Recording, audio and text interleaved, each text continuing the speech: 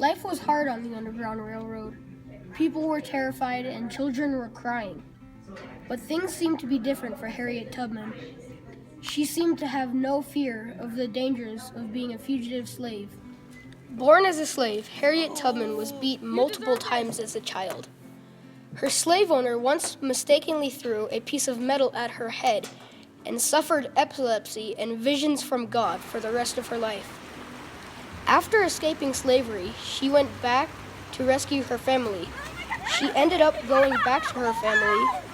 After that, no one really knew what motivated her to go back many more times to rescue strangers. Some say that the visions she had were from God. After many trips, she earned the name Moses. Things weren't as easy as it seemed. She had to deal with the Fugitive Slave Act, which allowed owners to go to the north and retrieve their slaves. She had to travel all the way to Canada, stopping on the way to help slaves and heal them and find food. It was really a battleground between fugitive slaves and everything else. It was them against a world superpower. All she had was a rifle, some food, and the clothes on her back.